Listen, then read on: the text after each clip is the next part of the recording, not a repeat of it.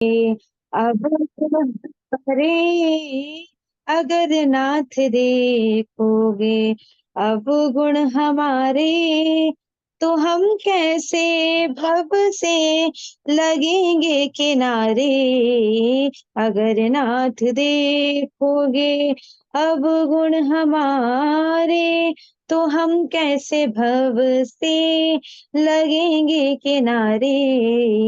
अगर नाथ देखोगे हमारे लिए क्यों देर किए हो, हमारे लिए क्यों देर किए हो। गणिका जामिल को पल में उभारे।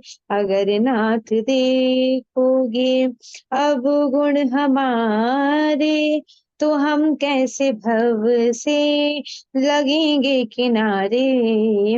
अगर नाथ देखोगे पतितों को पावन करते कृपा निधि, पतितों को पावन करते कृपा निधि।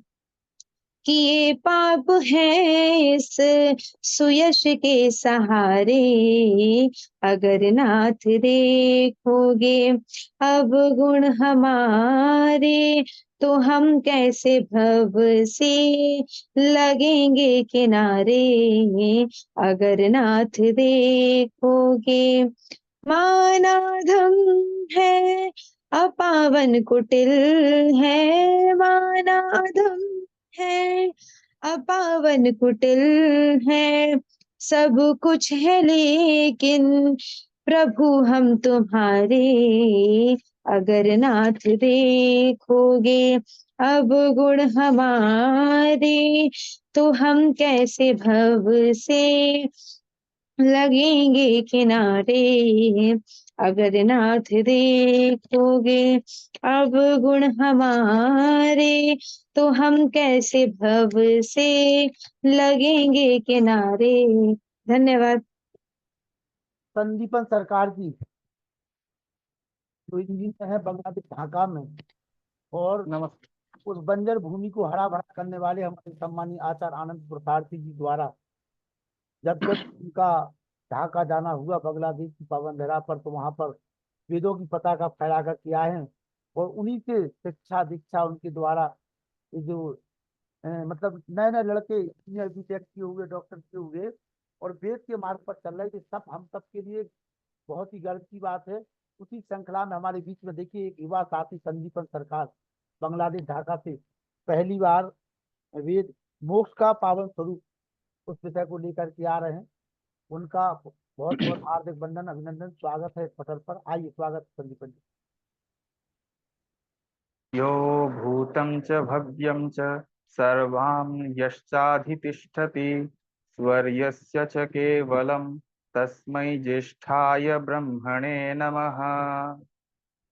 जो जिसमें सारा भूत समूह प्रतिष्ठित है, जो सारे भूतों का आधार है, जिसका केवल स्वरूप सिर्फ सुख है, जो सिर्फ आनंदमय है, उस सर्व ज्येष्ठ ब्रह्म को मैं नमस्कार करता हूँ। और सभी आर्य मित्रगण को मेरा सादर नमस्कार। क्योंकि मेरा मातृभाषा बांग्ला है और हिंदी मेरा मदर टंग नहीं है, मातृभाषा नहीं है, इसलिए ऐसा हो सकता है कि मेरे मेरे को बोलने में कई जगह पर कोई त्रुटि हो जाए हिंदी बोलने में। तो आप लोगों से मैं पहले से ही इसके लिए क्षमा प्रार्थी हूँ अगर मेरे से गर्व है, कोई हमें गलती आपके हो। ऊपर गर्व है, क्षमा की कोई बात नहीं, गर्व है आपके ऊपर, बोलिए। धन्यवाद। हमारा आज का विषय है मोक्ष। हमारा मानव जीवन का चार पुरुषार्थ होते हैं: धर्म, अर्थ, काम और मोक्ष। इसमें अंतिम और जो अल्टीमेट, जिसको सर्वोच्च जो पुरुषार्थ है, उसको कहा गया है मोक्ष। तो मोक्ष को हम प्राप्त करने के लिए पहले हमको कुछ सीढ़ियां पार करनी होती है। धर्म, अर्थ और काम, ये हमारे जीवन निर्वाह के लिए हमको ये आवश्यक होता है। धर्म करने के लिए हमको अर्थ चाहिए होता है। यज्ञ भी कर लो, दान भी कर लो, कुछ भी करो, अर्थ तो आवश्यक होता ही है। किसी को भोजन करने के लिए भी अर्थ की आवश्यकता होती है। और काम मतलब जीवन में जितने भी हमको काम्य पदार्थ चाहिए, जितने भी भोग सामग्री चाहिए, वो भी हमको आवश्यक है, क्योंकि हम लोग देहधारी प्राणी हैं, हमको ये आवश्यक होती है। लेकिन जिस मोक्ष को अंतिम और परम सुख कहा गया है, असल में ये मोक्ष है क्या चीज, जिसके लिए ऋषि मुनि लोग इतने तपस्या करते थे, ब्रह्म की ध्यान करते थे? क्या है ये परम सुख जिसके लिए सारे महर्षिगण, सारे मुनिगण सारे संसार को छोड़कर, सारे नश्वर संसार से अपना मन को हटाकर परमात्मा में अपने मन को केंद्रीभूत करते थे? क्या है वो मोक्ष? तो मोक्ष का मतलब एकदम संक्षेप में अगर कह दूं तो सारे दुखों से छूट जाना और परम सुख को प्राप्त करना। एकदम संक्षेप में अगर कहूं तो इसी को ही मोक्ष कहते हैं। दुखों से छूटना और सुख की प्राप्ति होना। सिर्फ दुखों का अभाव होने का नाम मोक्ष नहीं है, सिर्फ दुखों से छूटने का नाम मोक्ष नहीं है। तो हम लोग जीव हैं, जीवात्मा है। हमारा स्वरूप स्वरूप क्या है? हम है सत्य और चित। हम सत्य है। सत्य मतलब है जो अविनाशी है, तीन काल में जिसका कोई विनाश नहीं होता, उसको कहते हैं सत्य।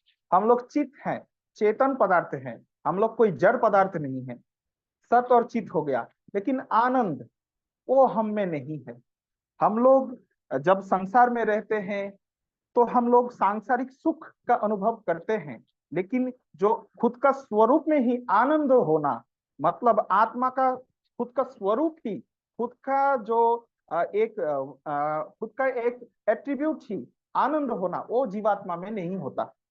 उस आनंद को प्राप्त करने के लिए ही जीव ब्रह्म के पास जाता है। जैसे कि अगर हमको ठंड ठंड लगती है तो हम लोग आग आग के पास जाते हैं, ताकि आग से जो ताप वो हमको प्राप्त हो सके, हमारा शीत निवारण हो सके, हमको ठंडी ना लगे, तो आग के पास जाना पड़ता है।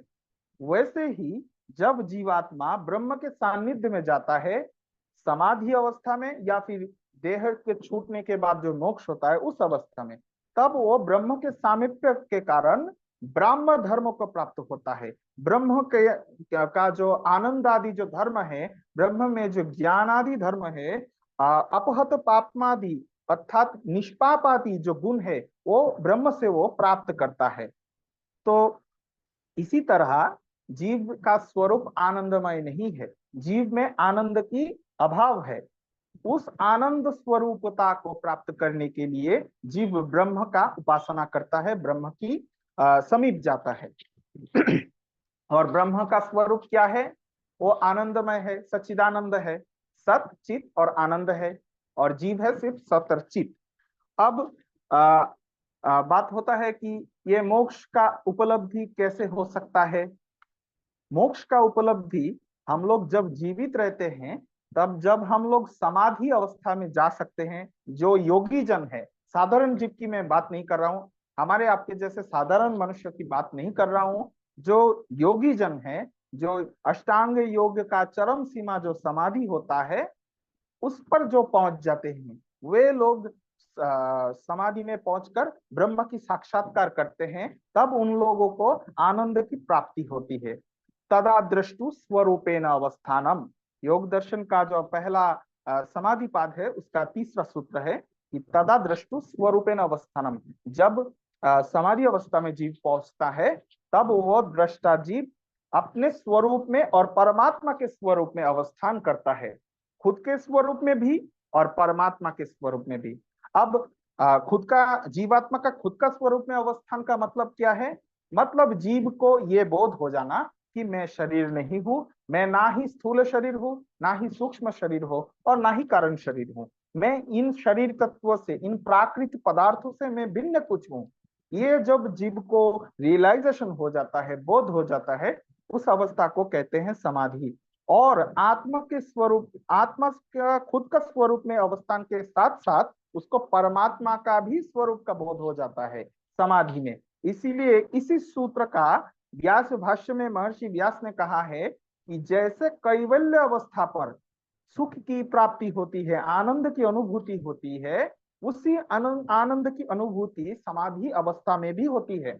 यथा कैवल्यम, ऐसा व्यास सूत्र में लिखा है। अभी मुझे वो सूत्र, व्यास जी का जो भाष्य है वो मैं भूल गया, लेकिन आप अगर उसका हिंदी ट्रांसलेशन देखेंगे, वहां पर महर्षि व्यास कहते हैं कि यथा कैवल्यम, जैसे कैवल्य अवस्था मोक्ष में जो सुख और आनंद की अनुभूति होती है, वैसा ही एज इट इज अनुभूति होती है समाधि में।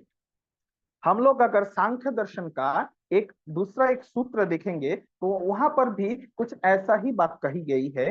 सांख्य दर्शन का जो 5वां अध्याय है, उसका 116 नंबर जो सूत्र है, वहां पर कहा गया है, समाधि सुषुप्ति मोक्षेषु ब्रह्म रूपता।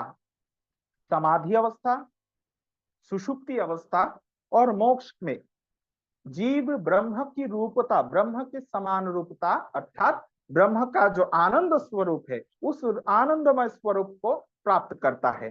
कैसे होता है? अब पहले समझते हैं कि सुषुप्ति किसको कहते हैं।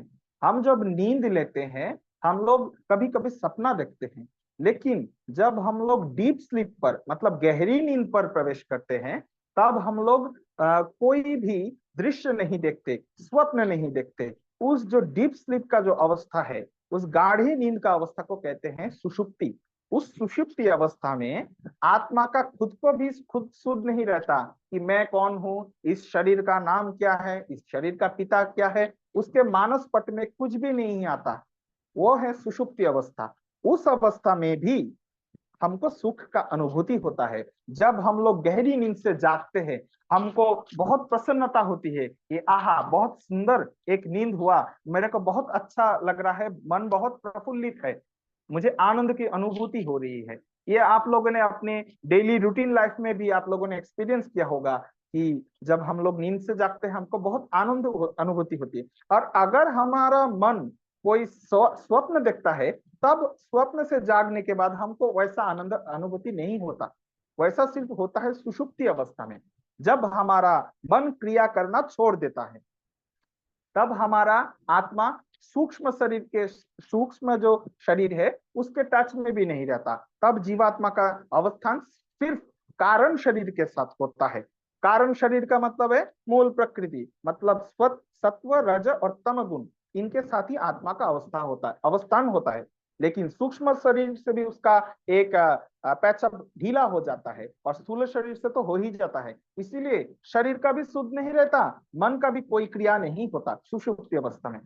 तो सांख्य दर्शन में महर्षि कपिल कहते हैं कि सुषुप्ति अवस्था, समाधि अवस्था और मोक्ष, मतलब कैवल्य मोक्ष, जहां पर शरीर का अवस्थान नहीं होता, विदेह मुक्त जिसको कहते हैं, विदेह मुक्ति, उस तीन अवस्था में ब्रह्म रूपता, मतलब ब्रह्म का जो आनंद स्वरूप है, मैंने शुरू में ही जो मंत्र कहा अथर्ववेद का, ईश्वर्यस्य च केवलम तस्मै ज्येष्ठाय ब्रह्मणे नमः, मतलब स्वर्यस्य च केवलम, जिसका स्वरूप केवल आनंद ही है। ब्रह्म कभी भी निरानंद नहीं हो सकता, उसका स्वरूप केवल आनंद है। आनंद ही जिसका स्वरूप है। हम लोग जितना भी पाप कर्म कर ले, उसकी व्यवस्था अनुसार हमको दंड अवश्य मिलेगा, लेकिन ब्रह्म कभी क्रुद्ध नहीं होता, ब्रह्म को कभी क्रोध नहीं आता, ब्रह्म किसी के ऊपर कभी गुस्सा नहीं करता, क्योंकि उसका स्वरूप है सिर्फ आनंद। स्वर्यस्य च केवलम। तैत्तिरीय उपनिषद में अगर पढ़ेंगे, वहां पर कहा गया है आनंदम ब्रह्मेति, ब्रह्म सिर्फ आनंद है, आनंद का ही नाम है ब्रह्म। या फिर कह लो कि ब्रह्म आनंद स्वरूप है। तो उसके स्वरूप में कभी, उसका जो आनंदमय स्वरूप है, उसमें कोई कभी भी विक्षेप नहीं होता, वो कभी भी अपने स्वरूप से विचलित नहीं होता। ब्रह्म सर्वदा ही आनंदमय रहता है, चाहे दुनिया में कोई उसका बात ना माने, कोई उसका आज्ञा पालन ना करे, कोई भी उसका उपासना ना करे, इसमें इससे ब्रह्म का स्वरूप में कोई चेंज नहीं होता। तो महर्षि कपिल ने कहा समाधि, सुषुप्ति, मोक्षेशु ब्रह्म रूपता, इन तीनों अवस्था में हम लोग ब्रह्म रूपता, मतलब आनंद की अनुभूति प्राप्त होती है। जैसे ब्रह्म आनंदमय है, वैसे हम लोग आनंदमय हो जाते हैं। अब प्रश्न ये उठता है कि इन तीनों अवस्था में तो भेद क्या रहा? अगर मैं डीप स्लीप पर, सुषुप्ति अवस्था पर भी मुझे आनंद की अनुभूति होती है, और एक जीवन मुक्त योगी को भी समाधि अवस्था में आनंद की अनुभूति होती है, तो इन दोनों में डिफरेंस क्या है? कोई पार्थक्य है क्या? तो इसका अर्थ ये, इसका हम लोग तात्पर्य देखते हैं। इन तीनों अवस्था में आनंद की अनुभूति तो जरूर होती है, लेकिन इनमें भेद है। कैसे भेद है? जब हम लोग विदेह मुक्ति में जाते हैं, मतलब तीनों शरीर को छोड़कर हम लोग मोक्ष में चले जाते हैं, उस अवस्था में हमारा जो आनंद की अनुभूति होती है वो ज्ञान सहित होती है। मतलब हम लोग आनंद अनुभूति कर रहे हैं, इसका बोध हमें होता है, शरीर के बिना होते हुए भी। मोक्ष की बात कर रहा हूं।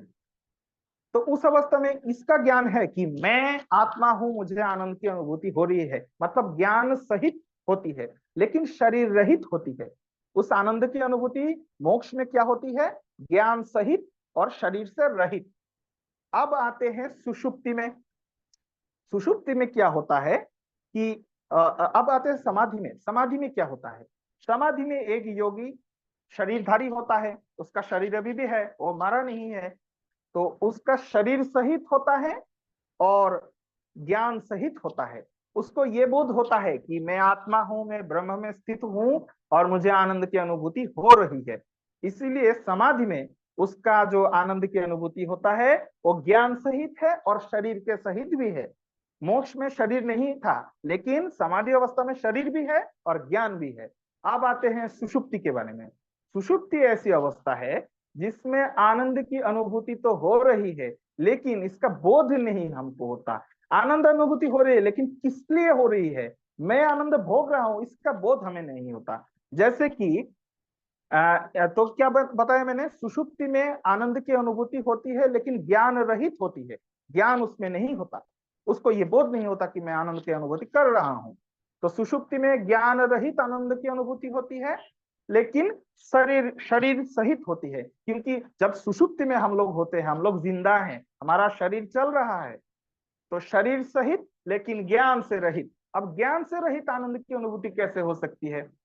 तो सपोज भारत का प्रधानमंत्री हैं नरेंद्र मोदी जी।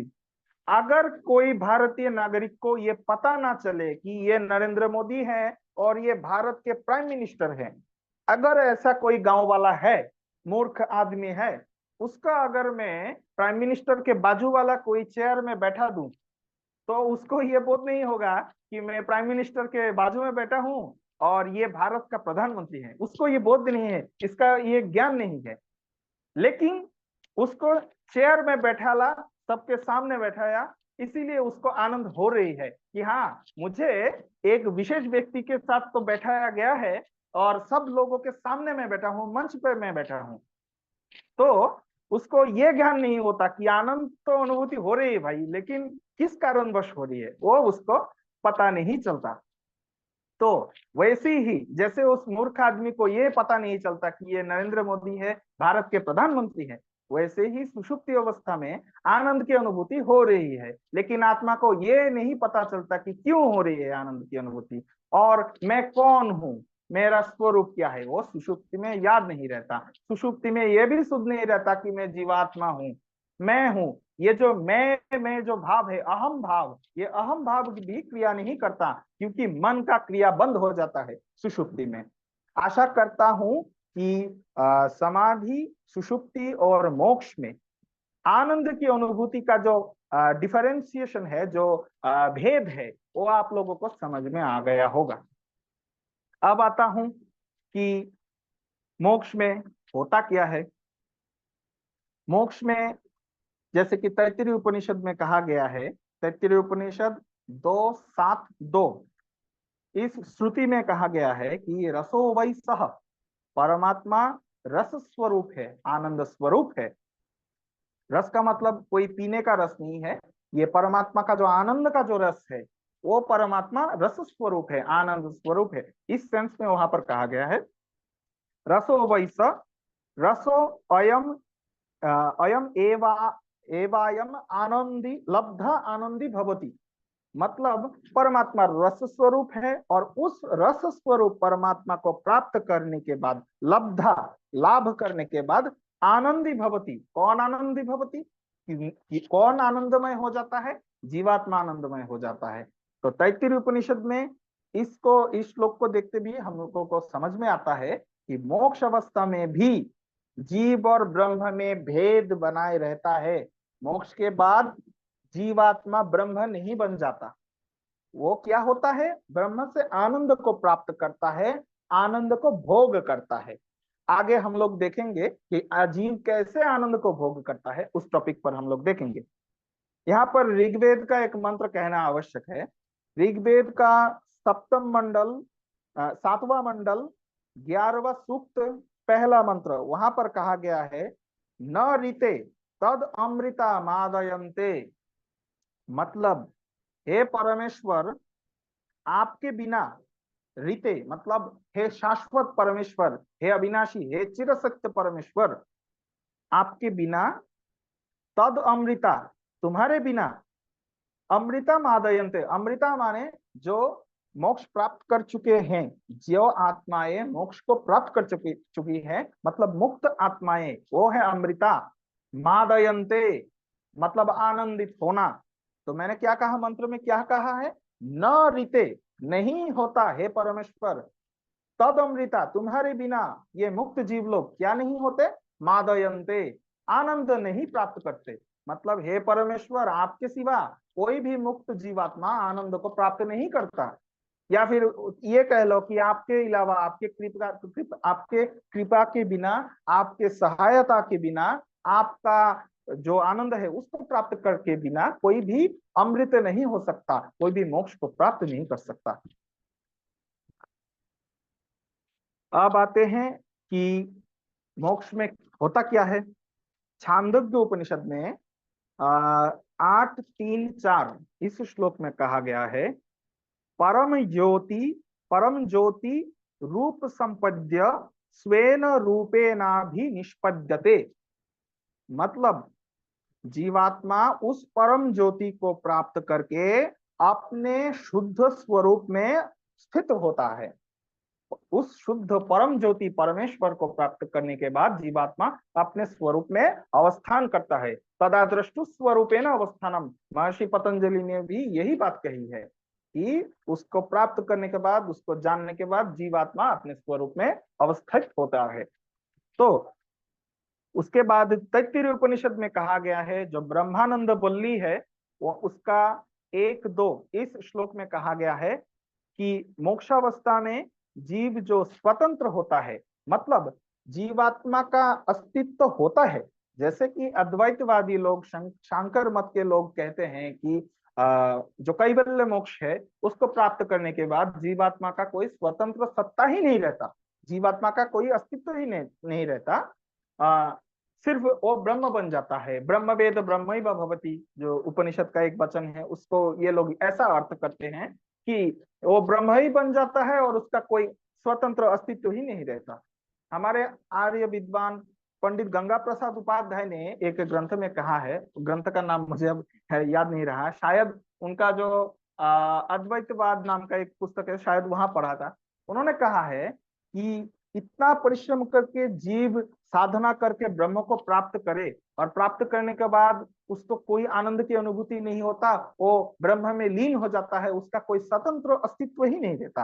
अगर आत्मा का खुद का सत्ता ही विनाश हो जाए तो मोक्ष में कैसा आनंद, वो आनंद भोग करेगा कैसे। मोक्ष है एक कर्म फल। जब हम लोग निष्काम कर्म करते हैं और ईश्वर की ध्यान उपासना साधना और करते हैं, योग का चर्चा करते हैं, तब जाके हम में जो विज्ञान उत्पन्न होता है, मतलब ब्रह्म ज्ञान उत्पन्न होता है, उसके प्रभाव से हमारा कर्माशय दग्ध बीज हो जाता है, सारे कर्मों का नाश हो जाता है, जो संचित कर्म थे, प्रारब्ध कर्म थे, सबका बीज दहन हो जाता है। उसके बाद जाके किसी आत्मा को मोक्ष मिलता है। और ये लोग कहते हैं कि आत्मा का खुद का सत्ता ही नहीं रहता। ये जैसे कि एक व्यक्ति अगर सागर में जाके डूब जाए, छलांग मार के डूब जाए और उसका खुद का नाश कर ले, ये कुछ ऐसा ही बात है जो अद्वैतियों का सिद्धांत है। तो हम आर्यजन, हमारा जो वैदिक सिद्धांत है, ऋषि दयानंद का जो दिखाया हुआ मार्ग है, उनका सिद्धांत है कि जीव का स्वतंत्र अस्तित्व होता है मोक्ष के बाद भी। मोक्ष में भी जीव और ब्रह्म अलग अलग होते हैं, लेकिन होता क्या है, जैसे आग के पास जाने से हमको शीत हमारा दूर हो जाता है, हमको ठंडा नहीं लगती, हमको ताप लगती है, वैसे ही मोक्ष अवस्था में ब्रह्म के पास सानिध्य में जीव जाने के कारण ब्रह्म का जो गुण है वो जीव में आने लगता है, ब्रह्म का आनंद है वो जीव भोगने लगता है, ब्रह्मानंद का अनुभूति होने लगती है उसको। ब्रह्म निष्पाप है, वैसे जीव भी निष्पाप होने के बाद ही मोक्ष में जा सकता है। ऐसे ब्रह्म में ज्ञान है, वैसे जीव को भी ज्ञान हो जाता है। प्रश्नोपनिषद में कहा है कि जीव सर्वज्ञ हो जाता है, लेकिन सर्वज्ञ का तात्पर्य ये नहीं ले सकते कि वो ब्रह्म के तरह है सर्वज्ञ है। यहाँ पर सर्वज्ञ का तात्पर्य इतना लेना चाहिए कि जितना एक जीवात्मा की जानने की सीमा है वहां तक जीवात्मा को ज्ञान हो जाता है मोक्ष के बाद, ये प्रश्न उपनिषद में कहा गया है। तो हम लोग समझ पा रहे हैं कि जब ब्रह्म का सानिध्य में जीव जाता है उस अवस्था को मोक्ष कहते हैं, और वह आनंद की अनुभूति करता है, उसमें ज्ञान भी होता है, वो जो जानना चाहता है वो जान सकता है, वो उस अवस्था में वो जो आनंद की प्राप्ति करना चाहता है वो प्राप्त कर सकता है। आगे हम लोग देखेंगे तैत्तिरीय उपनिषद में ब्रह्मानंद वल्ली 1-2 इस श्लोक में कहा गया है, सत्यम ज्ञानम अनंतम ब्रह्म, जो ब्रह्म है परमेश्वर है वो सत्य है, वो ज्ञान स्वरूप है, ज्ञान स्वरूप है और अनंत है। सत्यम ज्ञानम अनंतम ब्रह्म यो वेद निहितम गुहायाम परमे व्योमन, जो इस हृदयाकाश रूपी जो गुहा है, हमारा गुहा का मतलब है केव, हिंदी में गुहा को क्या कहते हैं, पहाड़ में जो बड़े बड़े गड्ढे होते हैं जहां पर पशु रहते हैं या फिर योगी जन ध्यान करते हैं, हाँ जो केव होता है इंग्लिश में कहते हैं। तो गुफा गुफा हाँ हाँ गुफा। तो इस यहाँ पर कहा है श्लोक में, यो वेद निहितम गुहायाम, जो जानता है अपनी हृदय रूपी जो गुफा है, उस गुफा में जो परमात्मा है, जो ब्रह्म है, वो ब्रह्म कैसा है, सत्यम ज्ञानम अनंतम ब्रह्म, सत्य है, ज्ञान स्वरूप है और अनंत है। जो आत्मा, जो व्यक्ति, जो जीव अपने हृदय रूपी गुफा में उस सत्य ज्ञान और अनंत स्वरूप जो ब्रह्म है उसको जान लेता है, उसको कहा है क्या, यो वेद निहितम गुहायाम, जो उनको जानता है, उस ब्रह्म को जानता है जो हृदय रूपी गुहा में अवस्थित है। तो क्या होता है, सो अश्नुते सर्वान कामान सह ब्रह्मणा विपश्चेतेति, विपश्चितेति, मतलब वो ब्रह्म को जान के क्या करता है, कहा है सो अश्नुते, वो प्राप्त करता है, क्या प्राप्त करता है, सर्वान कामान सह ब्रह्मणा, वो सारे कामनाओं को प्राप्त करता है। कैसे प्राप्त करता है, सह ब्रह्मणा, ब्रह्म के साथ रहते हुए सारे कामनाओं को वो प्राप्त करता है। विपश्चितेति मतलब जो ब्रह्म है वो है विज्ञान स्वरूप है, ब्रह्म विज्ञान स्वरूप है, अनंत ज्ञान का भंडार है ब्रह्म। उस विज्ञान स्वरूप ब्रह्म के साथ रहते हुए वो जीवात्मा सारे कामनाओं का भोग करता है। इसीलिए कहा है स अश्नुते सर्वान कामान सह ब्रह्मणा विपश्चेतेति। तैत्तिरीय उपनिषद ब्रह्मानंद वल्ली 1-2 इस श्लोक का मैंने यहाँ पर अर्थ बोला है। अब देखते हैं कि कई कई लोग ऐसा कहते हैं कि मुंडक उपनिषद में एक श्लोक आया है कि यथा, मुंडक उपनिषद 3-2-8 इस श्रुति में एक श्लोक आया है कि यथा नद्यो संजमानः समुद्रे अस्तं गच्छति नाम रूपे विहाय तथा विद्वान नाम रूपाद विमुक्तः परात्परम पुरुषमुपैति दिव्यम। इस श्लोक का अर्थ है कि जैसे सारे नदियां प्रवाहित होते हुए अपने खुद का नाम और रूप का त्याग करके, नदियों का कह रहा हूं, जैसे सारे नदियां प्रवाहित होते हुए खुद का नाम और रूप का त्याग करते हुए समुद्र में जाके मिलित हो जाता है, उसी तरह विद्वान पुरुष अपने नाम और रूप से अलग होकर, मुक्त होकर उस परात्पर ब्रह्म को प्राप्त करता है। यहाँ पर बहुत सारे लोगों का शंका होता है कि समुद्र में जाकर अगर नदी मिल जाए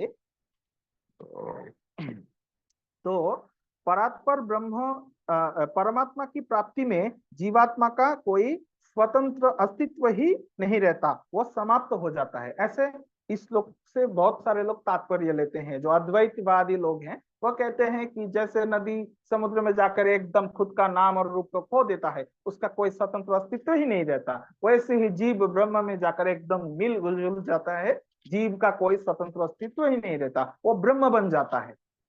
तो इस श्लोक का ऐसा अर्थ करके ये लोग अपने अद्वैत सिद्धांत का प्रतिपादन करते हैं। अब हम लोग इस पर थोड़ी विचार करेंगे। जैसे लेकिन ये जो बात कहा जा रहा है कि नदी समुद्र में मिल जाता है, उस नदी का कोई अस्तित्व ही नहीं बचता, हम इस पर देखते हैं कि वास्तव में ठीक ऐसा नहीं होता। एक वस्तु का दो रूप होता है। एक है उसका वाह्यिक रूप, जो वाह्य रूप है, बाहर का रूप है, उसका आकृति, उसका क्या रंग है, कलर है, उसका क्या रूप है इत्यादि, यह है उसका वाह्य रूप, मतलब बाहर का रूप। और एक है अंतर रूप, अंतर का रूप, बोलो, वाह्य मतलब आउटसाइड, आउटसाइडल इमेज, फेस होता है हर वस्तु का, और दूसरा होता है अंदर का, इंटरनल फेस होता है, आंतर रूप होता है, उसको कहते हैं वस्तु तत्व। जो आंतर रूप होता है किसी वस्तु का, उसको कहते हैं वस्तु तत्व। जैसे कि हमारा ये जो शरीर है, इसका कहते हैं नाम और रूप। हमारा जो जितने भी नाम है, जैसे मेरा नाम है संदीपन आर्य, ये नाम इस शरीर का है।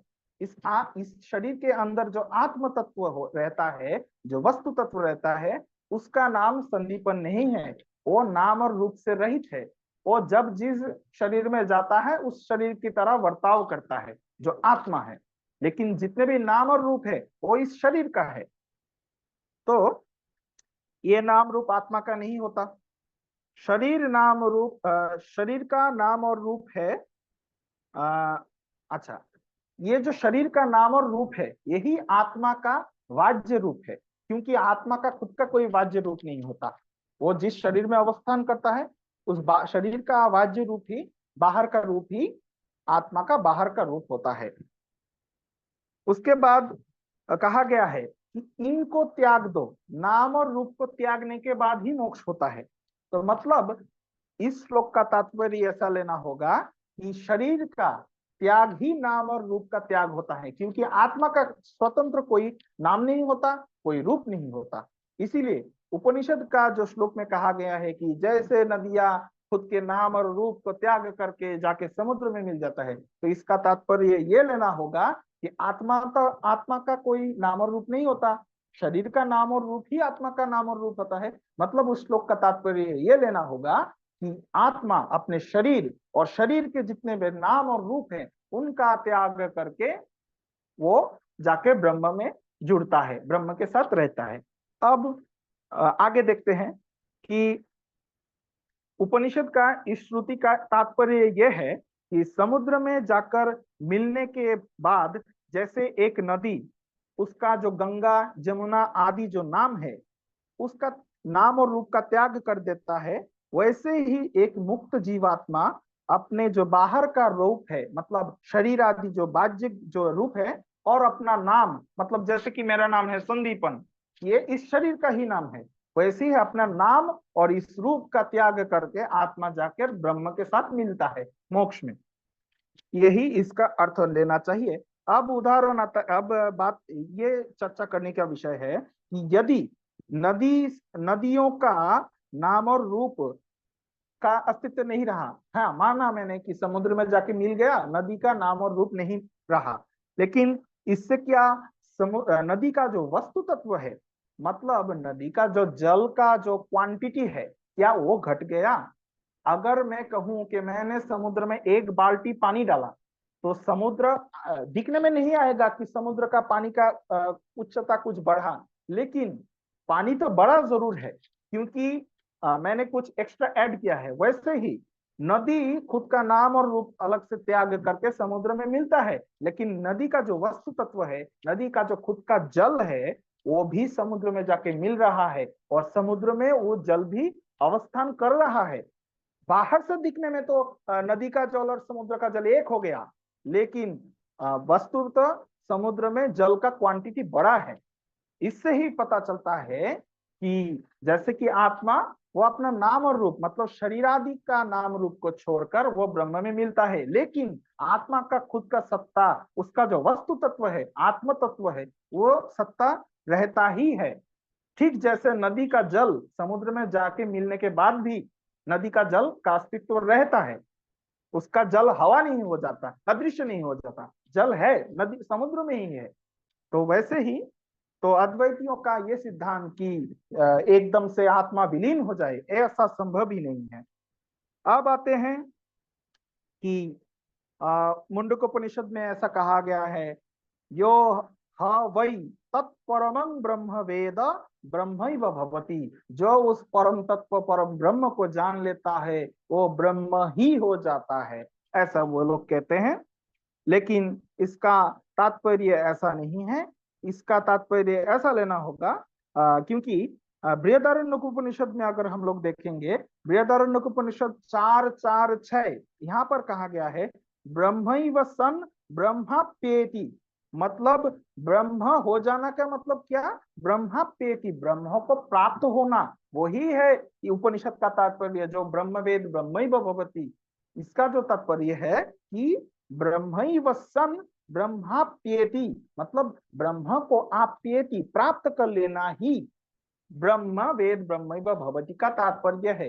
बृहदारण्यक का ये वचन हम लोग अगर देखेंगे, बृहदारण्यक 4:4-6, तो ही स्पष्ट हो जाता है कि मुंडकोपनिषद में जो ब्रह्मैव भवति का मतलब क्या है कि जब जीव मुक्ति लाभ करता है तब वो ब्रह्म का स्वरूप को प्राप्त करता है, ब्रह्म भाव को प्राप्त करता है, खुद ब्रह्म नहीं बन जाता। क्योंकि जिस श्लोक का हम लोग कह रहे हैं मुंडकोपनिषद का, अगर हम इसको देखते हैं, मुंडकोपनिषद में जरा ओपन कर लूं, एक मिनट।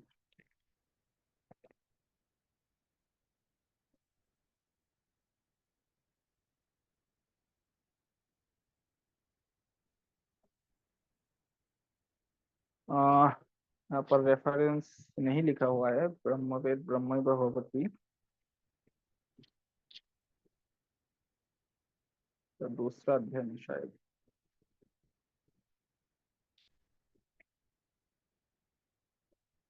अच्छा, अभी मेरे को ढूंढने में तकलीफ हो रही है। वो जो श्लोक है ब्रह्मवेद ब्रह्मैव भवति, वहां पर ऐसा कहा गया है बाद में कि उसका कुल में, उसका वंश में कोई भी ब्रह्म को ना जानने वाला पैदा नहीं होता, ऐसा कहा गया है। तो अगर हम लोग ऐसा तात्पर्य लें कि ब्रह्म ही बन जाता है, तो जो खुद ब्रह्म बन गया उसका कुल के साथ क्या संबंध? ब्रह्म के साथ तो कोई कुल या वंश का कोई संबंध नहीं हो सकता। तो फिर उस श्लोक में ऐसा क्यों कहा कि ब्रह्म का वो खुद ब्रह्म बन जाता है और उसके कुल में, उसके वंश में कोई ब्रह्म को ना जानने वाला पैदा नहीं होता? तो उसका तात्पर्य गलत हो जाएगा, क्योंकि ब्रह्म के साथ ना उनका कोई कुल है ना उनका कोई गोत्र है। तो ब्रह्म का ना गोत्र है ना कुल है। तो इसीलिए उस श्लोक में जो ब्रह्म वेद ब्रह्मैव भवति, ब्रह्म को जानकर वो ब्रह्म ही हो जाता है, ऐसा अर्थ ठीक नहीं होगा। इसका अर्थ ऐसा लेना होगा कि ब्रह्म के जानने के बाद वो ब्रह्म भाव को प्राप्त करता है, मतलब ब्रह्म के सानिध्य में रहता है, ब्रह्म को प्राप्त कर लिया है। वरना कहना पड़ेगा कि ब्रह्म का भी कुल होता है, क्योंकि उसी श्लोक में कहा है कि उसके कुल में कोई ब्रह्म को ना जानने वाला पैदा नहीं होता। तो इससे विरोध हो जाएगा, ब्रह्म का कुल नहीं है, गोत्र नहीं है। तो हम लोगों ने समझा कि ब्रह्म को जानने पर भी कोई जीवात्मा ब्रह्म नहीं बन सकता। अगर हम लोग वेदांत दर्शन मतलब ब्रह्म सूत्र में पढ़ेंगे, वहां पर भी लिखा हुआ है कि जगत कारण में, जगत का जो व्यापार है उस पर मुक्त जीवात्मा का कोई उस पर कोई हक नहीं रहता। अगर कोई जीव मुक्त हो जाता है तो जगत व्यापार मतलब जगत का सृष्टि, जगत की पालन और जगत का विनाश, ये जो जगत व्यापार है इस पर कोई भी मुक्त जीवात्मा का कोई भी शक्ति नहीं होता है। उस पर वो कुछ भी नहीं कर सकता। वो ब्रह्म की तरह कोई नया जगत, नई संसार का रचना नहीं कर सकता, पालन नहीं कर सकता, और इस चलने वाला संसार का भी ध्वंस, उसका विध्वंस नहीं कर सकता। ये शक्तियां मुक्त जीवात्मा में नहीं होती। जगत व्यापार में मुक्त जीवात्मा का कोई भी पावर नहीं होता। वो जो शक्ति है वो सिर्फ ब्रह्म का ही है। ब्रह्म ने वो शक्ति संसार की रचना, पालन और ध्वंस विध्वंस करने का, डिस्ट्रॉय करने का वो जो क्षमता ब्रह्म ने कोई भी मुक्त जीवात्मा को नहीं दिया है। ये बात आप लोग ब्रह्म सूत्र में पढ़ सकेंगे, जो चौथे अध्याय है वहां पर आप लोग डिटेल्स में पढ़ सकेंगे ब्रह्म सूत्र में। अच्छा, तो हम लोगों ने अभी तक क्या देखा कि मोक्ष में क्या होता है। मोक्ष में जीव आनंद को प्राप्त करता है और दुखों से मुक्त हो जाता है। कौन से दुखों से मुक्त हो जाता है ये मैंने अभी तक नहीं बताया। तो हम लोग देह धारण करते हैं, हम लोग जीव हैं, प्राणी देह में अभी जीवित हैं। तो जो कोई भी देहधारी जीव होता है उसको तीन टाइप का दुख प्राप्त होते ही रहता है। भगवान श्री कृष्ण ने गीता के जो अष्टम अध्याय है, जो 8वां चैप्टर है, वहां पर शायद 16 या 15 नंबर श्लोक, वहां पर श्री कृष्ण ने कहा है कि दुखालयम अशाश्वतम, ये जो संसार है ये दुख का आलय है, दुख का निवास है। दुखालयम अशाश्वतम, ये संसार अस्थाई है, स्थायी नहीं है, और दुख का आलय है, दुख का निवास स्थान है ये संसार। सांख्य दर्शन में भी महर्षि कपिल ने कहा है, शायद 3रे चैप्टर पर उन्होंने कहा है कि कुत्रापि को अपि सुखी न, इस संसार में कहीं पे भी कोई भी आदमी सुखी नहीं है। कुत्रापि को अपि सुखी न। हम लोग समझते हैं कि हम लोग बहुत बड़े आदमी हैं, बहुत पैसा है, लेकिन हम लोग सुखी हैं, ऐसे नहीं है। आप लोग भारत में जो मुकेश अंबानी जी हैं वो बहुत ही बड़े आदमी है, बहुत पैसे के मालिक है, लेकिन उनका जो छोटा बेटा है वो शारीरिक रूप से अस्वस्थ है। उसका उसका बहुत ट्रीटमेंट कराया लेकिन वो स्वस्थ नहीं हो सका। इसीलिए इतना बड़ा शरीर है मुकेश अंबानी का जो छोटा बेटा है। उसी को आप लोग देख लीजिए, इतना पैसा होते हुए भी वो आदमी सुखी नहीं हो पाया, क्योंकि उसका बच्चा अस्वस्थ है। उसका जो छोटा बेटा है वो अस्वस्थ है। उसका शादी के समय उसने एक इंटरव्यू दिया था, तो उस समय मुकेश अंबानी जी रो रहे थे, वीडियो वायरल हुआ था ऑनलाइन पर। तो और जो वित्त है, धन है, उससे कभी भी तृप्ति नहीं हो सकता, शांति आपको कि मैं एकदम चरम सुखी हो गया। ये जो वित्त है, धन है, इससे आप कभी भी सर्वोच्च सुख कभी भी प्राप्त नहीं कर सकते। इसीलिए कठोपनिषद में नचिकेता ने कहा था यमराज को, यम को कहा था, आचार्य यम, उनको कहा था कि न वित्तेन तर्पणीय मनुष्य, हे यम, वित्तों के द्वारा, वित्त मतलब धन संपदा के द्वारा कोई भी व्यक्ति तृप्त नहीं हो सकता। न वित्तेन तर्पणीय मनुष्य, मनुष्य कभी भी वित्त के द्वारा, धन के द्वारा तृप्त नहीं हो सकता। तृप्त तभी होगा जब उसको सर्वोच्च आनंद की प्राप्ति हो जाएगी, मोक्ष की प्राप्ति हो जाएगी। अब बात करते हैं कि मैंने तो कहा कि संसार में दुख ही दुख है, दुखालयम अशाश्वतम, और कुत्रापि कोऽपि सुखिनः, सांख्य दर्शन का सूत्र भी बताया। अब बात है कि किस टाइप का दुख हम लोग भोग रहे हैं।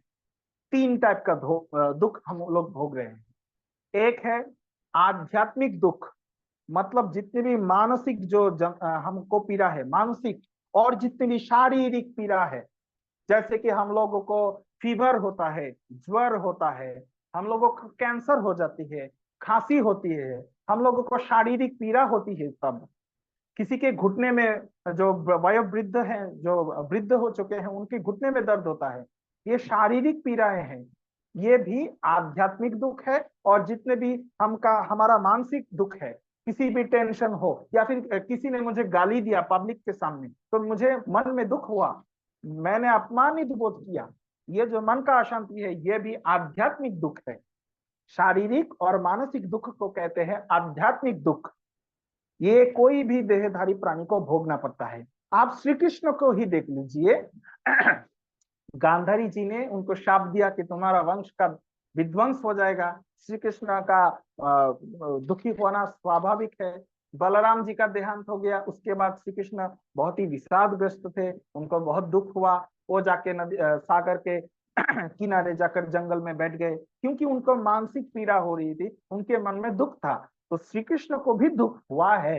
वो ऐसा नहीं है कि वो ब्रह्म की तरह हर समय आनंद स्वरूप में ही थे, वैसा नहीं है। तो श्री कृष्ण को भी मानसिक पीड़ा हुआ है, उन्होंने भी दुख भोगा है, खुद के सामने उन्होंने अपना यदुवंश का नाश होते देखा है। तो ये है आध्यात्मिक दुख, शारीरिक और मानसिक दुख। अब दूसरा आते हैं आदि भौतिक दुख। आदि भौतिक दुख माने किसी भी भूतों के द्वारा प्राप्त जो दुख है वो है आदि भौतिक दुख।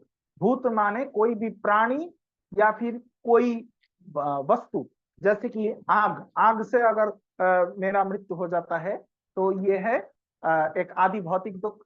या फिर मैं जंगल में गया, मेरे को शेर आके काट के खा लिया, तो ये है आदि भौतिक दुख। मैं रास्ते से चल के जा रहा था, किसी कुत्ते ने आके मेरे पैर में काट दिया, ये मेरे को जो दुख हुआ, एक प्राणी के द्वारा मैंने दुख प्राप्त किया, ये है आदि भौतिक दुख। अब आते हैं आदि दैविक दुख क्या होता है। मतलब दैव क्रम से बिना किसी नोटिस कोई प्राकृतिक विपर्य से मेरा मृत्यु अगर हो जाए किसी दुर्घटना से, जैसे प्राकृतिक, या फिर मैं पकड़ लूं, मैं रास्ता क्रॉस कर रहा था, एक ड्राइवर ने आके ट्रक मेरे ऊपर से चला दिया, ट्रक या फिर कार मेरे ऊपर से चला दिया, मेरा स्पॉट डेथ हो गया, या फिर मेरा एक पैर टूट गया, पैर काटना पड़ा, तो ये क्या था, यह है आधि दैविक दुख। या फिर जो वज्र, आकाश से वज्र आके मेरे सिर पर गिरा, मैं स्पॉट डेथ हो गया मेरा, ये प्राकृतिक दुर्घटना है, ये है आधि दैविक दुख। कभी कभी ऐसा होता है कि जंगल में आग लग जाती है, अतिरिक्त जो जब भी धूप का अतिरेक होता है, कभी कभी जंगल में आग लग जाती है, तो ये भी एक प्राकृतिक दुख होता है। इससे जंगल के सारे प्राणी जितने भी वन में रहते हैं वो जल जाते हैं, आग में दहन हो जाता है उनका। ये है एक आदि दैविक दुख जो प्रकृति के ओर से ऐसे आते रहते हैं दैव क्रम से। तो ये जितने भी देहधारी प्राणी होते हैं, इनको ये आदि तीन टाइप का जो दुख है, आध्यात्मिक, आदिदैविक और आदि भौतिक, इनको भोगना पड़ता है। जितने भी दिन वो जीवित रहते हैं किसी ना किसी को भोगना पड़ता ही है। तो इन तीन टाइप का दुखों से मुक्त होना और ब्रह्म का जो ब्रह्मानंद है उस आनंद को प्राप्त करना, इसी का नाम मोक्ष है। अब अब कहते हैं कि ईश्वर का स्वरूप तो आप लोग जानते ही हैं कि योग दर्शन में कहा गया है, क्लेश कर्म विपाकाशय परामृष्ट पुरुष विशेष ईश्वर। मतलब जो विशेष पुरुष है, जीवात्मा भी पुरुष होता है क्योंकि वो शरीर रूपी पुरी में अवस्थान करता है, रहता है, और परमात्मा भी पुरुष है क्योंकि वो ब्रह्मांड रूपी जो शरीर है उसमें रहता है, इसीलिए परमात्मा है विश्वात्मा, विश्व का जो आत्मा है, ब्रह्मांड का जो आत्मा है। तो वो जो विशेष पुरुष है, परमात्मा है, वो क्या है, क्लेश कर्म। क्लेश मतलब जो अविद्यादि जो पंच क्लेश बताए गए हैं योग दर्शन में, उन क्लेशों से वो पृथक है। कर्म जो सकाम कर्म होते हैं, जितने हम लोग जीव सारे सकाम कर्म करते हैं, नौकरी भी करते हैं धन उपार्जन के लिए, हम लोग विवाह करते हैं पुत्र प्राप्ति के लिए, सारे के सारे कर्म देखिए घूम फिर के सकाम कर्म हो रहे हैं, निष्काम कर्म हम बहुत कम ही करते हैं। दान भी करते हैं तो भी मन में ये लालसा होती है कि मैंने दान किया 1 लाख टका, 1 लाख रुपए मैंने मंदिर में, आर्य समाज की मंदिर में दान किया। कभी किसी किसी को ऐसा भाव हो सकता है कि लोग मेरे को बहुत सम्मान करे, जब भी मैं इस मंदिर में जाऊं ये लोग माइक में कहें कि इन महाशय ने हमारे मंदिर के लिए 1 लाख रुपए दान किए थे। तो इसका जो वासना होता है, ये भी एक प्रकार का जो सकाम कर्म बन जाता है, दान भी तभी सकाम हो जाता है। तो इस टाइप का कोई सकाम कर्म ईश्वर नहीं करता। ईश्वर 5 कर्म करता है, सृष्टि स्थिति प्रलय, जीवात्माओं का कर्म फल प्रदान और जीवात्माओं को वेद का ज्ञान प्रदान। ये सारे 5 कर्म ईश्वर के ये निष्काम कर्म होते हैं। ईश्वर का कोई भी स्वार्थ इसमें नहीं होता, इसीलिए सकाम कर्म से ईश्वर पृथक है। तो क्लेश कर्म गया विपाक, विपाक का मतलब है कर्म का फल उत्पन्न होना। तो निष्काम कर्म का कोई फल नहीं उत्पन्न होता, फल उत्पन्न होता है सकाम कर्म का। सकाम कर्म का 2 डिवीजन होता है, पुण्य और पाप। ईश्वर तो सकाम कर्म करता ही नहीं है, इसीलिए उसका विपाक मतलब कर्म का फल उत्पन्न होना वो नहीं होता उसका, इसीलिए विपाक से भी उसका कोई संबंध नहीं है। और लास्ट का है आशय। आशय का मतलब है शायद आशय का अर्थ थोड़ा भूल, हाँ, संस्कार। पूर्व जन्म का जो संस्कार हमारा साथ जाता है, कर्म का संस्कार, तो ईश्वर तो कर्म ही नहीं करता सकाम कर्म, तो उसका कर्म का संस्कार कहाँ से आएगा। तो इन चारों पदार्थों से, क्लेश, कर्म, विपाक और आशय, इन चारों के साथ जिसका कोई संबंध नहीं है, उस विशेष पुरुष का नाम है ईश्वर। क्लेश, कर्म, विपाक, आशय अपरामिष्ट पुरुष विशेष ईश्वर। योग दर्शन जो समाधि पद है उसका 24वां सूत्र है। और ये सारे जो मैंने ये जो ईश्वर के बारे में कहा है, ये एक भी हमारे जीवात्मा के ऊपर नहीं घटता। हम लोग क्लेश से ग्रसित हैं, हम में अविद्यादि पंच क्लेश हैं, हम सकाम कर्म करते हैं, कर्म के द्वारा हमारा विपाक उत्पन्न होता है, मतलब कर्म का फल उत्पन्न होता है। हम पाप और पुण्य दो टाइप का सकाम कर्म करते हैं, पाप का भी फल भोग करते हैं, पुण्य का भी फल भोग करते हैं। और हमारा पूर्व जन्म का संस्कार के अनुसार अगला जन्म होता है। तो आशय भी हम में है, लेकिन ईश्वर में ये चारों नहीं है, इसीलिए ईश्वर हमसे अलग है। मोक्ष के बारे में मैंने थोड़ा बहुत कह दिया है। अब मेरे पास कितना समय है, मैं आपसे थोड़ा जानना चाहता हूँ। लखन लाल जी, मेरे पास और कितना मिनट समय होगा? आप 5 मिनट बोल सकते हैं अभी, और 5 मिनट। और अगर अच्छा, चाहिए तो 5 मिनट और मिल जाएगा, कोई जरूरत हो तो जी। अच्छा, मैं तो 10 मिनट ले लेता हूँ। ठीक है, ले लीजिए। अच्छा। आ, अब एक बात कहना है कि मोक्ष से क्या पुनरागमन होता है, तो इसका डायरेक्ट हम लोगों को उल्लेख मिलता है वेदों में। महर्षि ने भी इसका उल्लेख किया है, कहाँ मोक्ष से भी पुनरागमन होता है। ऋग्वेद का पहला मंडल 24वां सूक्त, उसका पहला और दूसरा मंत्र में ये कहा गया है, कश्चनोनम कतमस्याम अमृतानम मनामहे चारु देवस्य नाम कौन मध्य अदितये पुनर्ददात पितरम च दृशये मातरम च। दूसरा मंत्र में कहा गया है, अग्नेर्वयम प्रथमस्याम अमृतानाम मनामहे चारुस्य देवनाम स नो मह्या अदितये पुनर्ददात पितरम च दृशयेम मातरम च।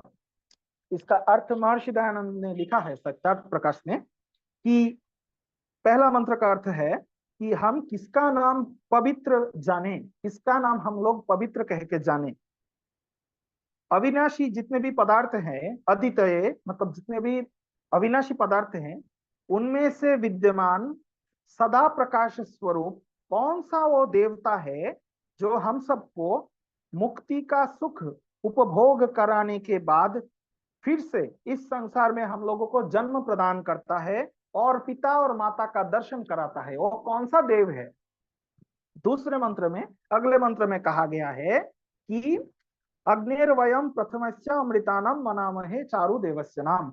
हम इस स्वप्रकाश स्वरूप अनादि सदा मुक्त परमात्मा का नाम ही पवित्र कहकर जानेंगे।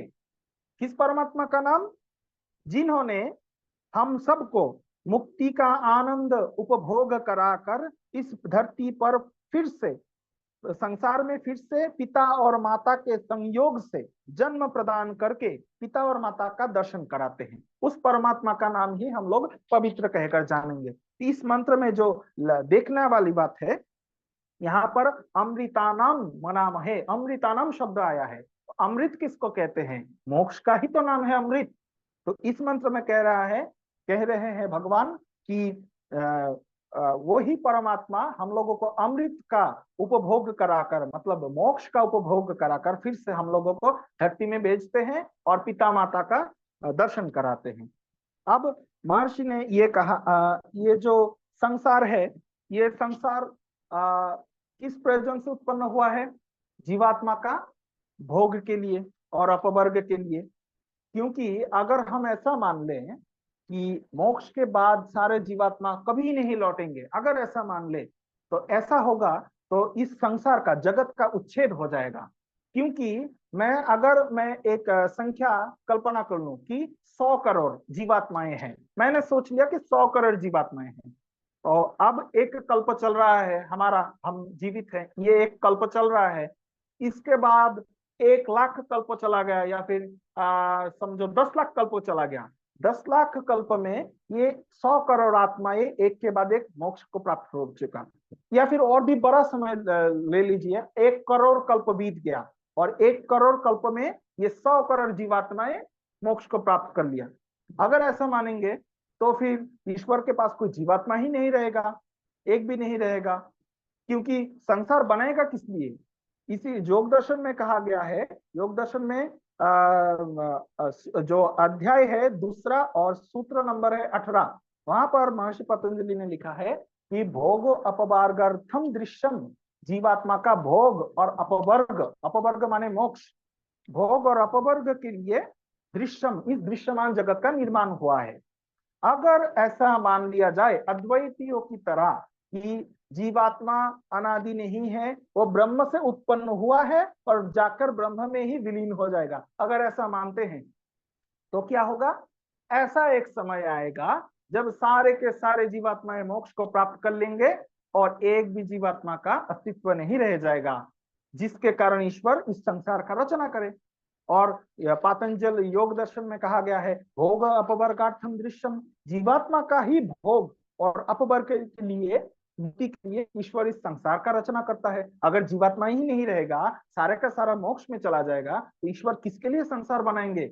अगर ईश्वर संसार नहीं बनाएंगे तो उनको सृष्टिकर्ता कौन कहेगा, उनको पालनकर्ता कौन कहेगा? ईश्वर का शासन, ईश्वर को ईश्वर क्यों कहते हैं? क्योंकि वो सबको ईशन करते हैं, मतलब शासन करते हैं, अपने कंट्रोल में रखते हैं, सबके ऊपर राज करते हैं। अगर प्रजा ही ना रहे, राजा का क्या मोल? तो अगर ऐसा मान लिया जाए कि जीव एक बार मोक्ष में जाता है तो कभी नहीं लौट के आता, तो इससे क्या होगा? एक न एक समय सारे जीवात्माओं का संख्या समाप्त हो जाएगा और संसार बनाने का पीछे कोई कारण नहीं रहेगा, संसार का उच्छेद हो जाएगा। ये जो सृष्टि चक्र है, सृष्टि प्रलय सृष्टि प्रलय सृष्टि प्रलय, इस चक्र का ही उच्छेद हो जाएगा। ईश्वर का ईश्वरत्व ही, मतलब शासन करने का जो व्यवस्था है, ईश्वर प्रजाओं के ऊपर, जीवों के ऊपर शासन करता है, ईश्वर का ईश्वरत्व ही समाप्त हो जाएगा। ईश्वर के पास कोई भी काम नहीं रहेगा, तब कोई जीवात्मा नहीं रहेगा, किसी को वेद का ज्ञान प्रदान नहीं करना पड़ेगा और जो संसार का सृष्टि और प्रलय का जो चक्र है वही थम जाएगा, क्योंकि कोई भी जीवात्मा अस्तित्व में नहीं रहेगा। इस युक्ति को सांख्य दर्शन में कहा गया है, जो मैंने अभी तक बताया।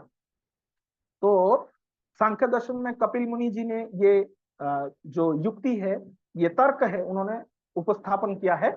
इसी से हम लोग कह सकते हैं कि जीवात्मा का एकदम आत्यंतिक मोक्ष, मतलब अनंत काल के लिए एकदम कभी भी ना लौटने वाला मोक्ष कभी नहीं हो सकता, लौटने वाला मोक्ष ही होता है। तो इसका क्या, मैं एकदम संक्षेप में कह दूं क्योंकि समय बहुत कम है। हम लोग ब्रह्म का ज्ञान प्राप्त करते हैं, ब्रह्म ज्ञानी होते हैं, उसके बाद हमको मोक्ष का सुख मिलता है। लेकिन एक सर्टेन पीरियड के बाद, एक स्पेसिफाइड टाइम पीरियड के बाद हमारा जो ये ब्रह्म ज्ञान है वो कालक्रम में घटता जाता है। क्यों? क्योंकि जीवात्मा स्वरूपतः ही अल्पज्य है। अगर आप श्वेताश्वतर उपनिषद में देखेंगे तो उसका पहले अध्याय का जो 9वां श्लोक है, वहां पर क्या कहा है कि ज्ञा अज्ञौ, मतलब परमात्मा है ज्ञ, मतलब ज्ञानी है, और जीव है क्या? अज्ञौ। अज्ञौ का अर्थ आप ऐसा लगते हैं कि जीव अज्ञानी है, और ऐसा भी अर्थ ले सकते हैं कि जीव अल्पज्ञ है, उसका ज्ञान कम है। तो इस कारणवश जीवात्मा उस ब्रह्म ज्ञान को, जिसको प्राप्त करके वो मोक्ष में गया था, उसका क्षय होता रहता है काल के साथ, समय के साथ। इसीलिए 36,000 कल्प तक, एक कल्प माने एक बार सृष्टि उत्पन्न हुआ, सृष्टि का स्थिति हुआ, उसके बाद प्रलय हो गया, और प्रलय के बाद जो ब्रह्म रात्रि होता है, जब सारे जीवात्माएं सुषुप्ति अवस्था में रहता है, उस पूरा साइकिल को मिलाकर कहते हैं एक कल्प। एक बार सृष्टि से लेकर दूसरे सृष्टि आरंभ होने तक का जो टाइम पीरियड है उसको कहते हैं एक कल्प। वैसे 36,000 कल्प बीत जाएंगे, तो उसके बाद उस मोक्ष प्राप्त हुए आत्मा को, उस मुक्त आत्मा को वापस से धरती में, संसार में जन्म लेना पड़ेगा। 36,000 कल्प के बीत जाने के बाद, वो बहुत बड़ा टाइम पीरियड है, बहुत बड़ा। तो इससे हमको ये पता चला, इस संवाद से, क्या बोलूं, इस डिस्कशन से हमको ये समझ में आया है कि जो जीवात्मा है वो मोक्ष के बाद भी धरती पर, संसार पर वापस आता है। और ये इसके बिना संसार का उच्छेद हो जाएगा। अब मैं एकदम संक्षेप में अगर कह दूं कि जीवात्मा, उसका तो मोक्ष के बाद जब उसका विदेह मोक्ष हो जाता है, उसके पास ना रहता है स्थूल शरीर, ये जो हड्डी मांस का जो स्थूल शरीर होता है वो भी उसके पास नहीं रहता। उसके पास सूक्ष्म शरीर वो भी नहीं रहता। सूक्ष्म शरीर में 18 उपादान होते हैं। वो आप लोग सांख्य दर्शन में पढ़ लीजिएगा। सांख्य दर्शन का तृतीय अध्याय में वहां पर कहा गया है कि पंच ज्ञानेन्द्रिय, पंच कर्मेंद्रिय, पंच तन्मात्रा, और क्या है, मन, बुद्धि, अहंकार, ये 18 उपादान होते हैं। इसको कहते हैं सूक्ष्म शरीर। मोक्ष के बाद ये सूक्ष्म शरीर भी हमारा साथ नहीं रहता। पंच ज्ञानेन्द्रिय, पंच कर्मेंद्रिय का ये जो सूक्ष्म शरीर होता है वो भी जीवात्मा के साथ मोक्ष के बाद नहीं रहता। लेकिन जो हम लोग बद्ध जीवात्मा है, हमारा जब मृत्यु होता है, हमारे आत्मा के साथ ये सूक्ष्म शरीर भी जाता है। श्री कृष्ण ने गीता, भगवत गीता के 15 जो 15th चैप्टर है, वहां पर उन्होंने कहा है कि जैसे एक फूल से, फूल का जो रेणु होता है वो वायु के साथ प्रवाहित होकर दूसरे फूल में जाकर गिरता है, वैसे ही एक जीवात्मा का जो सूक्ष्म शरीर होता है, ये जो पंच ज्ञानेन्द्रिय, मन, बुद्धि, चित्त, अहंकार इत्यादि पंच कर्मेंद्रिय, ये सारे भी जीवात्मा के साथ प्रवाहित होकर दूसरे शरीर में जाकर प्रवेश करता है। लेकिन जो मोक्ष प्राप्त हुआ आत्मा है, उसका ना स्थूल शरीर होता है, ना ये सब पंच ज्ञानेन्द्रिय आदि जो सूक्ष्म शरीर या लिंग शरीर कह लीजिए, दो नाम है इसके, सूक्ष्म या लिंग शरीर, ये दोनों भी उसका साथ नहीं होता। और जो कारण शरीर होता है, मतलब जो प्रकृति है, मूल प्रकृति, और मूल प्रकृति का जो सत्व, रज, तम, ये 3 गुणों के साथ उसका जो संबंध होता है वो भी छूट जाता है। यही है एक मोक्ष प्राप्त हुए आत्मा और एक संसारी बद्ध जीवात्मा का भेद। तो अब ये प्रश्न उठेगा कि मोक्ष प्राप्त कर चुका है ये जीवात्मा, अब इसका तो ये सुख कैसे भोगेगा? इसके पास ना है मन, ना है बुद्धि, ना है अहंकार, ये सुख कैसे भोगेगा?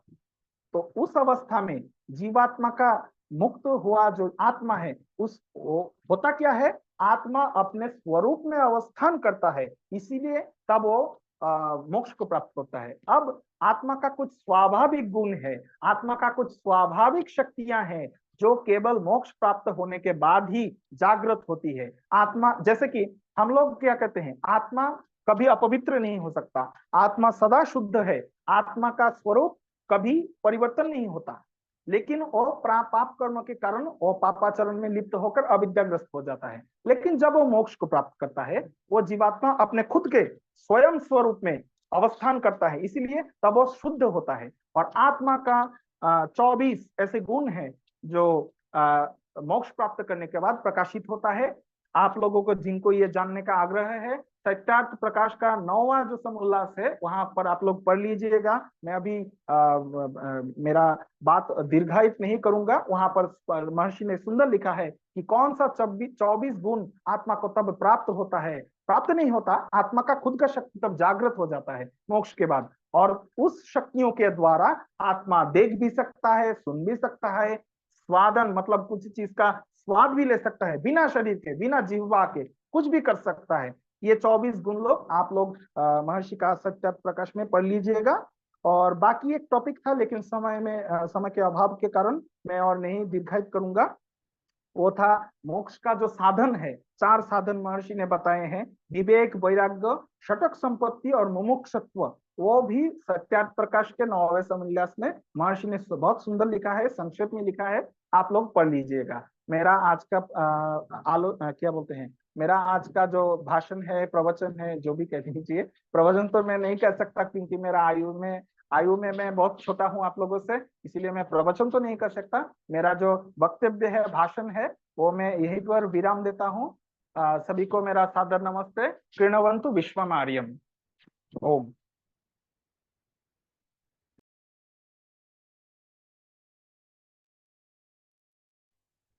सम्मानित आचार्य आनंद प्रसाद जी, आप आशीर्वाद दे दीजिए।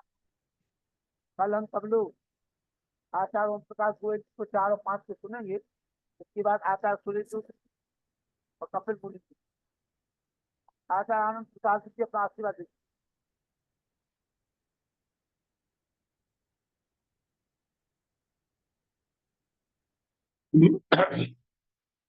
मैं सबसे पहले मैं प्रिय संदीपन जी को बधाई और धन्यवाद देता हूं कि उन्होंने इतनी तैयारी पूर्वक लगातार 1 घंटे तक, एक से भी जबकि थोड़ा ज्यादा ही, एक मोक्ष विषय को लेकर सभी का मार्गदर्शन किया। पर्याप्त स्वाध्याय आपका था।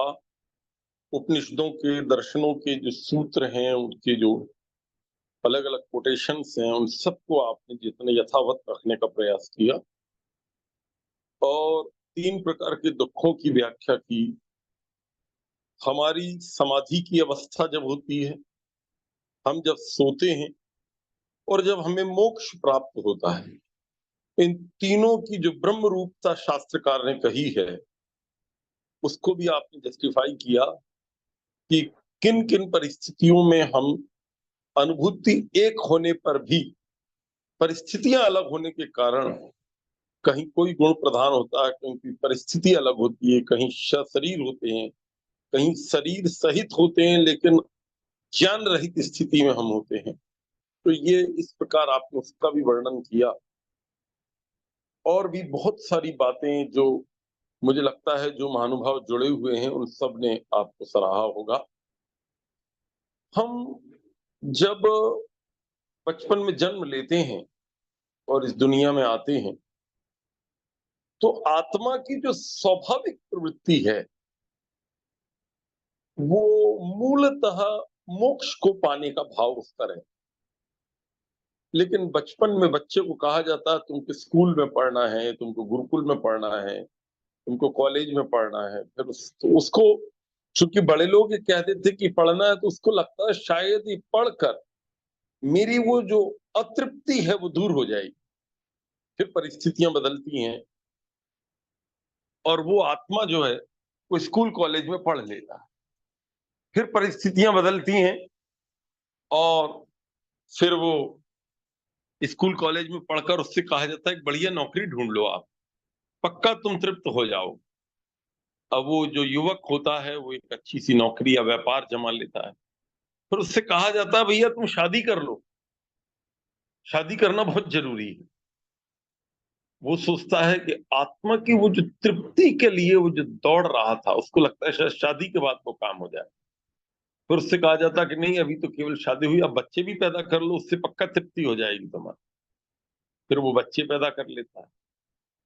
फिर उससे बोला जाता है एक मकान बना लो, फिर उससे बोला जाता है बच्चों की शादी कर दो, फिर उससे चला जाता है ये कर लो वो कर लो। वो पूरे जीवन संसार के लोग जो कुछ बोलते हैं वो सब करता है। फिर उससे बोला जाता है तुम प्रसिद्ध हो जाओ, किसी पोस्ट को ढूंढ लो, फिर फलाना काम कर लो। मतलब वो आत्मा की तृप्ति की दौड़ में, उस मोक्ष की प्राप्ति की दौड़ में उससे दुनिया सब कुछ करवा लेती, लेकिन उसकी वो तृप्ति उसको कभी नहीं हो पाती। पूरे जीवन की दौड़ के बाद उस डेस्टिनेशन को प्राप्त नहीं कर पाता और वो अतृप्त ही इस दुनिया से चला जाता। फिर वो अगला जन्म लेता है, फिर उससे कहा जाता कि नहीं इस जन्म में तो पक्का हो जाएगा, ऐसा कर लो। ऐसे हजारों जन्मों से कभी हमने पत्नी ढूंढी, कभी हमने माँ ढूंढी, कभी हमने पिताजी ढूंढे, कभी हमने रिश्तेदार ढूंढे, कभी हमने प्रवचन किए, कभी हमने प्रवचन सुने, कभी हमने पंडाल लगाए, कभी बिल्डिंग देखी, कभी यज्ञशाला में गए, पता नहीं क्या नहीं करता मानव पूरे जीवन उस अतृप्त आत्मा को तृप्त करने के लिए। मोक्ष की स्वाभाविक जो उसकी प्रवृत्ति है मोक्ष के प्रति, उसको पाने के लिए आत्मा पूरे जीवन के हजारों साल लगा देती, हजारों करोड़ों साल से। अगर 200 करोड़ साल मोटे रूप में माने तो इसी सृष्टि में हमको हो चुके हैं। 200 करोड़ साल हमें हो गए और 200 करोड़ साल में अभी तक हमें वो तृप्ति नहीं हुई।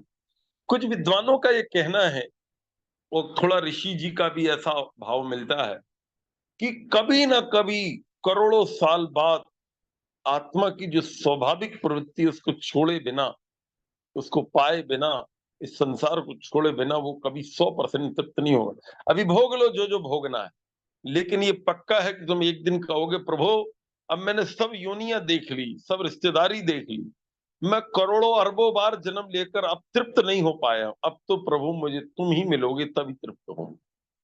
और आत्मा की वो जो स्थिति बनेगी संसार के लोगों, वही मोक्ष होगा। भगवान ऐसी कृपा करे हम सभी आत्माओं पर, और हम सब भी ऐसा पुरुषार्थ करें जैसा संदीपन जी ने उसकी व्याख्या की। और आप इतने वर्षों से, लगभग 3 साल से आपने बहुत विद्वानों को सुना, मोक्ष के बारे में, ईश्वर के बारे में, धर्म के बारे में काफी कुछ आपने सुना है, पढ़ते भी रहते हैं, आर्य समाजी प्रायः स्वाध्याय भी करते रहते हैं।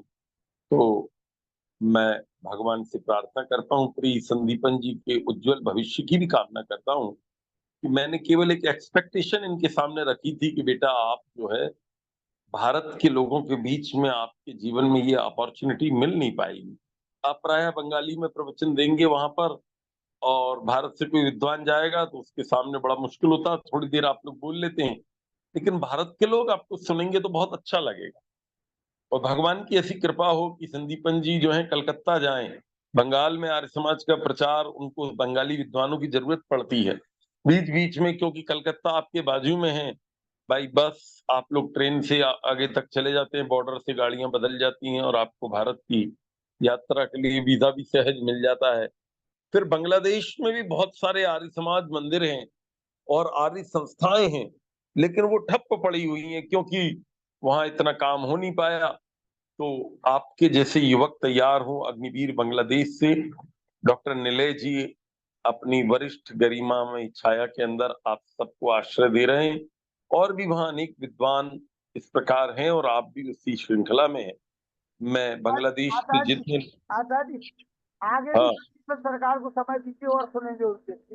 हाँ संदीपन बेटा, आप कोई 2-3 विषय, 4 विषय अलग अलग 2-2 3-3 दिन के तैयार करो और मुझे आप बता देना। अभी तो हमने आने वाले 4-6 दिन बुक कर दिए हैं विद्वानों के। कल एक विद्वान के, कल और परसों प्रवचन बुक कर दिए हैं, फिर उसके बाद 1 दिन का, 2 दिन का एक विद्वान का बुक कर दिया, 2 दिन का, 2 दूनी 4 और 2 6, 6-7 दिन के अभी विद्वान हमको मिल गए हैं। लेकिन इसके बाद अभी अपने पास ये चलती रहेगी श्रृंखला।